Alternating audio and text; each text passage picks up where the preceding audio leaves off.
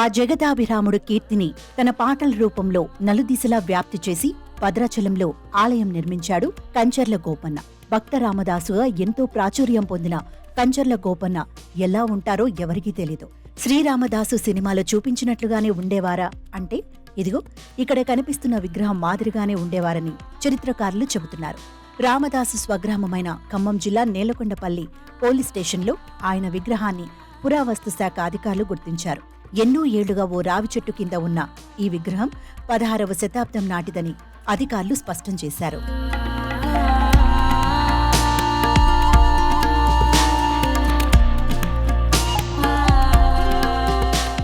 Nelakondapalli police స్టేషన్లోని ఓ రావి చెట్టు కింద విగ్రహం ఎన్నో ఏళ్లుగా ఉంటోంది. దేవుడి విగ్రహంగా భావించి స్థానికులు ప్రతిరోజు పూజలు చేస్తున్నారు. గతంలో రామదాసు ధ్యాన మందిరం సమీపంలో పోలీస్ స్టేషన్ ఉండేది. అయితే స్టేషన్ నిర్మాణం జరిగి ఎన్నో ఏళ్లవడంతో అది కూలిపోయింది. దీంతో అధికారులు మరో చోట పోలీస్ స్టేషన్ నిర్మించారు. పాత భవనంలో ఉన్న విగ్రహాన్ని కొత్త స్టేషన్కు తీసుకొచ్చి ఆరు బయట పూజలు నిర్వహిస్తున్నారు.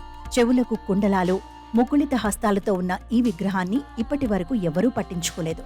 అయితే ఓ సామాజిక కార్యకర్త ఈ విగ్రహాన్ని ఫోటో తీసి కొత్త తెలంగాణ చరిత్ర బృంద సభ్యులకు పంపారు. దీంతో వారు నేలకొండపల్లి చేరుకుని విగ్రహాన్ని పరిశీలించి అది భక్త రామదాసు విగ్రహమేనని చెబుతున్నారు. వైష్ణవ సాంప్రదాయానికి చెందిన చిహ్నాలన్నీ కూడా ఈ విగ్రహంలో ఉన్నాయి.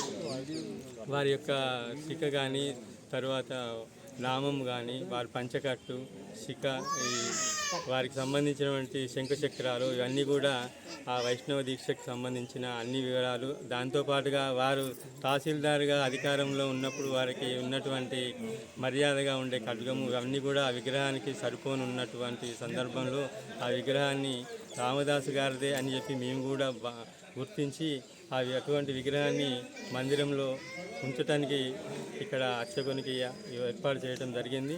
ఈ విషయాన్ని భద్రాద్రి ఆలయానికి సంబంధించిన ఈవో గారికి, మిగిలిన పెద్దలందరికీ కూడా తెలియజేసి అటువంటి విగ్రహానికి తగిన సముచిత స్థానం ఎక్కడైతే బాగుంటుందో అటువంటి ప్రాంతంలో దాన్ని ఏర్పాటు చేయడానికి తగిన సహకారం అంతా మేమే అందించి ఆ విగ్రహం ఏర్పాటు చేయాలని చెప్పేసి నేను కోరుతూ ఉన్నాను.